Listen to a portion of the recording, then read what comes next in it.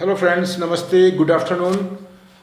अभी 2 बज रहे हैं। हम मार्केट को थोड़ा जानने की कोशिश करते हैं। अभी मार्केट की अगर मैं डैशबोर्ड की बात करूं तो जो सेंसेक्स है वो लगभग 240 पॉइंट माइनस में है। वैसे मार्केट को देखा जाए तो 400 सवा 400 से भी ज़्यादा पॉइंट माइनस में करने के बाद मतलब उसके बाद में अभी मार्केट रिकवर हो रहा है। और आज सुबह जो 2 आईपीओ लिस्टिंग हुए उसमें पेटीएम और सैफियर फूड, उसमें सैफियर फूड काफ़ी ज़्यादा रिकवर कर चुका है, लगभग अभी 75 से 80 रुपये अप है।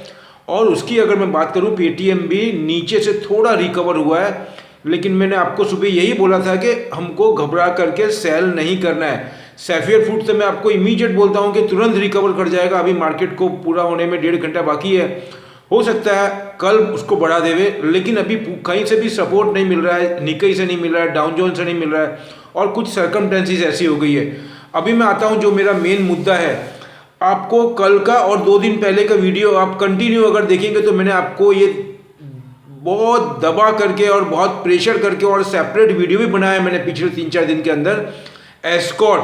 और मैंने रेलवे के टाइम पे जब मैं आपको डिलीवर कर रहा था, आपको बता रहा था स्क्रिप्ट, उसमें मैंने क्लियर कट बोला था कि एस्कॉर्ट को मैं आपको ट्रैक्टर के ऊपर या एग्रीकल्चर बेस पे नहीं दे रहा हूँ। मैं आपको इंजीनियरिंग और जो रेलवे के अंदर जो इक्विपमेंट और जो मटेरियल सप्लाई कर रहा है उसको देखते हुए, और रेलवे में जो मॉडिफिकेशन और जो डिमांड है उसको देखते हुए मैं आपको एस्कॉर्ट रिकमेंड कर रहा हूँ।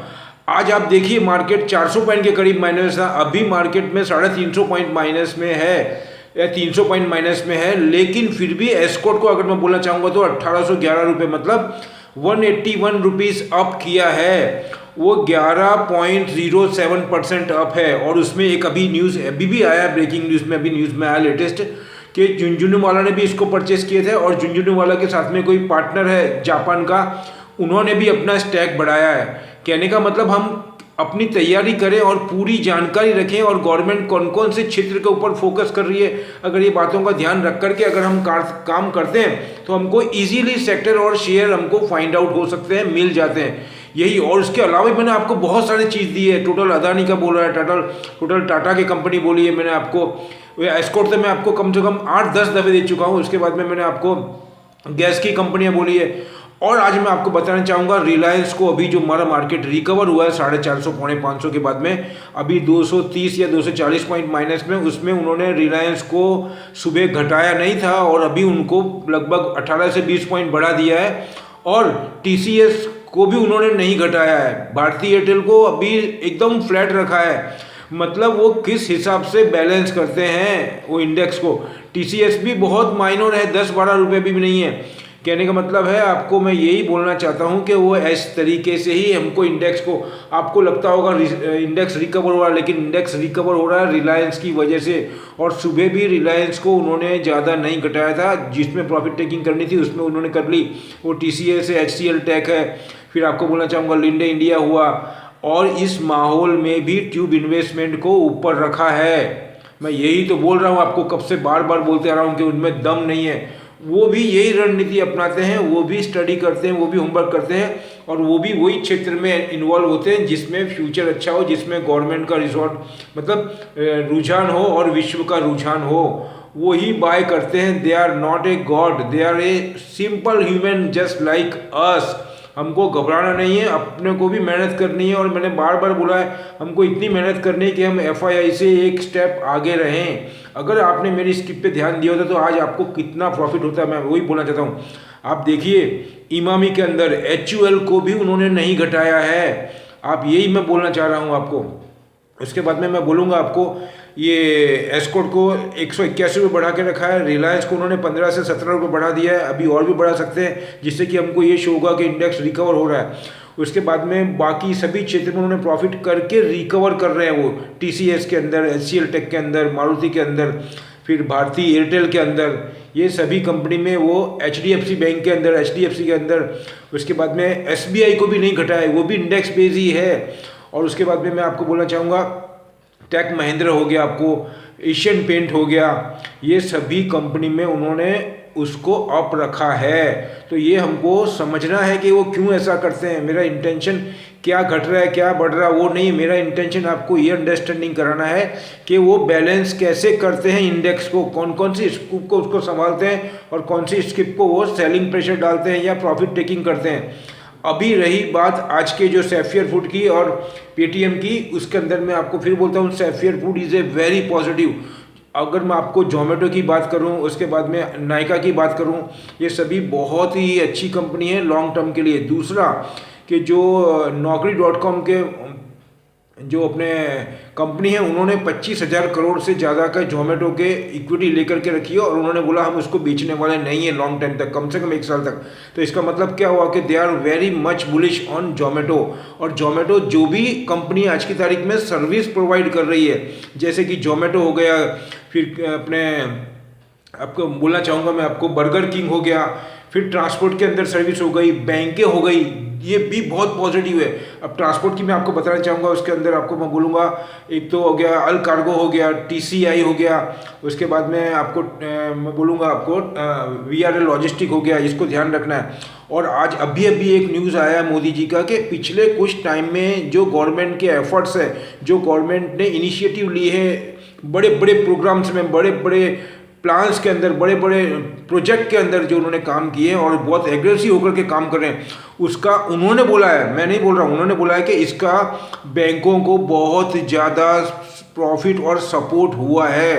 प्रॉफिट वर्ड यूज़ नहीं किया, लेकिन उन्होंने बोला इससे बैंकों को बहुत ज़्यादा सहूलियत हुई है, बहुत ज़्यादा उनको अपनी स्थिति सुधारने का मौका मिला है और बहुत ही अच्छा उनको बिजनेस मिल रहा है। तो इसको ये सिग्नल है एक, तो मैं ये मान के चलता हूँ it's a opportunity in bank Nifty. आज की तारीख में बैंक निफ्टी में बाय करना चाहिए। थोड़ा सा लंबा हॉरिजॉन्टल मान के चलेंगे तो हो सकता है हमको कल या परसों ही प्रॉफिट दिलवा देवे, तो मैं ये बोलूँगा आपको। तो या फिर हमको नेक्स्ट वीक के लिए थोड़ा सा रिस्क लेकर के अगर हम काम करें तो bank is very positive, bank Nifty भी पॉजिटिव हो जाता है और मार्केट भी पॉजिटिव होता है। अब मैं आपको बोलूँगा Sapphire food is also very positive. और एस्कॉट के अंदर तो रेलवे में इंफ्रास्ट्रक्चर में डेवलपमेंट है तो बहुत रैपिडली चलाएंगे। उसके बाद में अदानी की और पूरे गैस की आइटम बहुत पॉजिटिव है। लिंडे इंडिया भी हमको बाय करना है। उसके बाद में पूरा का पूरा सॉफ्टवेयर, उसके अंदर TCS, इन्फोसिस, विप्रो, फिर ब्लू डार्ट भी आ गया, आपको वो भी सर्विस प्रोवाइडर, ध्यान रखना। उसके बाद में मैं आपको बोलूँगा ब्लू डार्ट हो गया, Mphasis is also very good, वो carbon emission greenhouse gases में काम करता है। उसके बाद में इंफ्रास्ट्रक्चर के अंदर, ऑटोमोबाइल्स के अंदर मैं आपको बोलना चाहूँगा, उसके अंदर अशोक लेलैंड आ गया, कॉन्कर आ गया, एक्सपोर्ट के अंदर अदानी पोर्ट भी आ गया। ये सभी कंपनी को बहुत ही एग्रेसिव है। और जो मैंने मेन न्यूज़ था मोदी जी का वो आपको मैंने डिलीवर किया है। ये ध्यान रखना, मोदी जी जब भी कोई सिग्नल देते हैं इट्स ए वेरी पॉजिटिव। वो डायरेक्टली नहीं बोल सकते, हमको हिंट देते, हमको समझना है और हमको उनकी बातों को पकड़ के बहुत अच्छे से रिसर्च करना है, स्टडी करनी है, बॉटम लेवल में जाना है, जिससे कि हमको सेक्टर और शेयर इजीली मिल जाते हैं। और आने वाले टाइम में उनका यूपी के अंदर सभी जो स्टेट है उनके, मैं बोलना चाहूँगा उनके गृह मंत्री हुए, उनके DGP हुए, उन सभी की 19 से लेकर के 23 तक 3 दिन की उनकी मीटिंग है। 19, 20, 21, 22, 23 मतलब 4-5 दिन की उनकी मीटिंग है। उसके अंदर 2 दिन वो पार्टिसिपेट करेंगे और उसके अंदर वो डिफेंस को लेकर के और सुरक्षा को लेकर के बहुत कड़क ही डिसीजन ले सकते हैं। तो उसकी वजह से जो डिफेंस के अंदर है उसके अंदर मैं बोलूँगा भारत फॉर्ज हो गया, BEML हो गया, ये सब अशोक लेलैंड हो गया, उसके बाद में महिंद्रा एंड महिंद्रा, ये सब कंपनियां बहुत पॉजिटिव हो जाती है क्योंकि इंटरनल डिफेंस के अंदर और इंटरनल सुरक्षा बहुत ही ज़्यादा इंपॉर्टेंस है आज की तारीख में। और ये सब सिग्नल पूरे विश्व को जाते हैं, उसके तहत ही मैं बोलता हूँ। दूसरा, उन्होंने एब्रॉड के अंदर जो अभी स्पीच दी थी वो भी काबिल तारीफ है, बहुत ही एग्रेसिव है, बहुत ही अच्छी है। उन्होंने हर पॉइंट को कवर किया है और आने वाले टाइम में उनकी क्या मंशा है, हमारी कंट्री को कहाँ ले जाना चाहते हैं, कौन कौन से क्षेत्र में विकास हो सकते हैं। तो आपको मैं तो ये बोलना चाहूँगा पूरी कंट्री ही पॉजिटिव माय डियर आज की तारीख में। अब सिर्फ हमको इसमें इतना ही रिसर्च करना है कि FII और DII, मेन FII वो कौन कौन से क्षेत्र में प्रायोरिटी वाइज, मतलब सीरीज वाइज हमको फाइनलाइज करना है कि सबसे पहले वो किस में एंटर होंगे, उसके बाद में सेकंड नंबर कौन सा होगा, थर्ड नंबर कौन सा होगा, फोर्थ नंबर कौन सा होगा। उसके बाद में पार्ट B की बात करूँ तो किस किस में से वो एग्जिट होंगे और वहाँ से एलोकेशन वो दूसरे सेक्टर में शिफ्ट करेंगे, ये हमको जानना जरूरी है। तो मैंने आपको ये सभी चीज़ें बहुत अच्छे से समझा दी है, बहुत अच्छे से बता दी है। ध्यान रखना, जो जो फ्यूचर में डिमांड है जैसे carbon emission, green house gases, speciality chemical, defence, gases की कंपनी, IT की कंपनी और ये सब जो कंपनी मैं आपको बता रहा हूँ ये सब भी के अंदर वो एंटर होने वाले हैं, हो चुके हैं और अपना पोर्टफोलियो बढ़ाएंगे और बाकी बहुत से जो क्षेत्र बचे हैं उसके अंदर वो प्रॉफिट टेकिंग करेंगे। तो मैं इतना ही बोलूँगा, अभी मेरा डिस्क्लेमर रखूँगा, ये मेरी अपनी स्टडी अपनी एनालाइज है, आप अपना डिसीजन अपने एक्सपर्ट की गाइडलाइन से ही लें, सलाह सूचन से। और अगर मेरी वीडियो अच्छी लगती है तो इसको लाइक करें, शेयर करें, सब्सक्राइब करें। मिलते हैं अगले वीडियो में कुछ नई इन्फॉर्मेशन के साथ में। Come together, push up our in India, my dear, we are the best. जय हिंद।